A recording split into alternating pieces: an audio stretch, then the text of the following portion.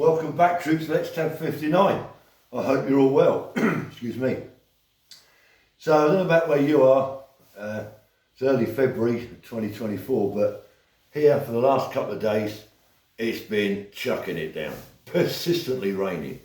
It hasn't stopped me going out for a tab. As you can see, I've been out today on a short 4 mile around and about. We've got a little bit damp, not too bad. No raining, no training. So, that meant I can't really do the video outside because the camera will get wet, you won't be able to see anything and it might blow up, and I don't want that. So I've had to dob in here to do the video. And because it's raining, I thought we'll talk about waterproof clothing in the British Army. Certainly back in my day when I first joined up in the 70s, right through until I think the late 80s, all we had issued in the British Army was a poncho. And it's exactly what that, it was a poncho. For those of you who don't know, it was a big square plastic sheet, olive drab green sheet with a hole in the middle that had a hood. And round the edge of the poncho had reinforced eyelets. And I'll come on to those later for those of you who don't know. So that's what you had, and you put the thing over your head. You could put the hood up and tie it off with a draw cord and stick your steel helmet on top. And of course it just draped itself over your webbing, your rifle, whatever your weapon system was underneath. Very, very restrictive. Obviously you couldn't do a recce patrol in it, or even a fighting patrol really, not wearing the poncho. You certainly couldn't do a sectional platoon attack because you just wouldn't be able to get to your kit and equipment underneath your poncho. It was far too noisy and flapped around. You can imagine the wind, you're like Batman. So a waste of time for that, so you just got wet. And that's part of being a soldier, especially in infantry. You're going to have to accept you're going to get wet at some stage. Even today's forces, with the Gore-Tex smocks and jackets they've got, etc., eventually water's going to get in somewhere, or you can't wear it for a particular reason, an operation you might be on, so you're going to get wet. So the poncho was very, very limited back in the day. It also doubled up, the poncho, as your shelter, and we called that a basher.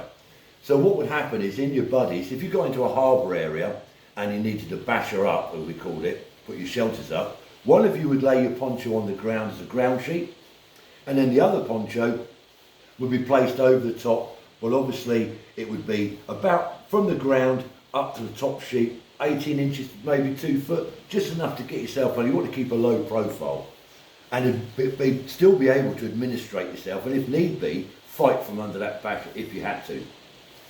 So the eyelets, the reinforced eyelets around the side, we didn't have bungees back in the day, so you had good old army green string. And before you deployed to the field, you'd have ensured that you got plenty of length of green string maybe tied round the eyelets, certainly on the 4 corners of your poncho, so that when you come to build your basher, the top sheet could be stretched out and you could tie the green string off around nearby trees or branches or whatever to keep that nice and tight so you didn't get a puddle form inside it.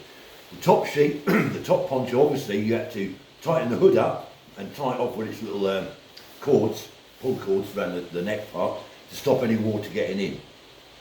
Different designs for your basher. Some were maybe tent shaped like that with a piece of something going through the middle, or a piece of string going up to an overhanging branch and stretched down nice and tight.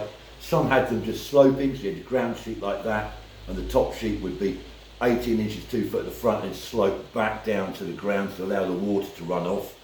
And you'd stick your Bergen under there, your DOS bag, and you'd get under there with your mucker, and that's where you would administrate yourself, sleep, eat, everything from underneath your poncho. Once it's been built, you'd obviously then get some local foliage and sprinkle that on the top, break the edges up of the poncho to camouflage it a little bit. Nothing too heavy, because again you're going to cause that to dip in the middle and get a big puddle of water. It happened. So that's what we had. Now I remember in the 80s, still hadn't been issued, certainly in the early mid 80s, still hadn't been issued with waterproof clothing. So a lot of guys started to buy civvy waterproof jackets. Now they had to be obviously olive green or drab green colour. You couldn't have anything fluorescent or even black like this. It had to be something that was drab. I think later on some companies sort of jumped on the bandwagon and started to produce DPM pattern waterproof jackets that you could buy. They were just plastic, they weren't Gore-Tex back then. And you could get away, certainly in my unit, you could get away with purchasing those and wearing them in the field. No one ever said anything to you. So that sort of happened. And then I think it might have been the late 80s, early 90s, certainly around the time PLCE 90 came out. That was a webbing system, carrying system we had in the 90s, PLC 90. When that came out, they issued us with DPM camouflaged waterproof jackets with a hood and a pair of trousers. So that was a lot better. And I think they were Gore-Tex actually when they came out. So they were a lot better. But even those, they're limited. I mean, you're still going to get wet. Water's still going to find its way into you when it's chucking it down. You're not going to stay completely dry.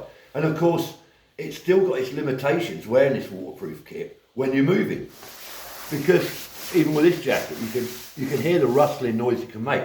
You get a patrol of guys going on a recce patrol or even a fighting patrol or a standing patrol, whatever type of patrol it is, when they're moving around in their waterproof kit, it's going to sound like a bunch of crisp bags walking up the road.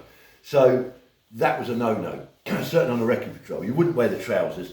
The main thing you wanted to keep dry was your body. Some people, I can remember them just wearing a t-shirt, they then put their waterproof jacket on and then put their combat smock over the top of the jacket to reduce the noise of the waterproofs make when it rubbed against stuff and the natural movement of your arms, etc. So the waterproof's got a lot better, and obviously now they've got some really good Gore-Tex smocks and trousers in MTP camouflage. It's multi-terrain pattern camouflage. But again, you know, water still gets in. I think also in the 90s at one stage, the army produced these waterproof or Gore-Tex socks, or like a boot liner. This green thing with it's weird, like a pixie toad, horrible things. And the idea was that you have your socks on, you put these liners on, or over socks if you like, and then you put your feet in your boots. But water got in, you know, you're going to get wet at some stage of the game. So that's a little bit of brief history of waterproof clothing. I've got a date with a cup of tea now, hot cup of tea, and get out of this kit. At least I can reshape my berry and it's wet. So I hope that's brought back some memories of the old ponchos especially. They still get issued today with a shelter sheet. Obviously it doesn't have the poncho in the centre, so it's just a big square sheet in MTP camouflage, with still having the reinforced eyelets around the side. Of course they get issued bungees now. Even back in the 90s I think it started to issue green bungees, so that rather than trying to tie bits of green string to make your shelter, you just hooked your bungees on it. Much easier and quicker around trees, etc. So like I say, I hope that's brought back a few memories for some of you veterans out there. I was old and bold that just had a poncho as a waterproof top, if you like, and is also doubled up as a shelter.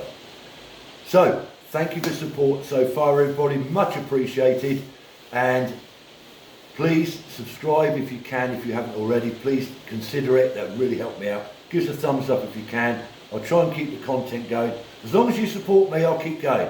Once it's out the window, I'll sack it, but hopefully I can keep going a bit longer. So, as always, troops, till the next time, got to reach down here to get this. Let's tag.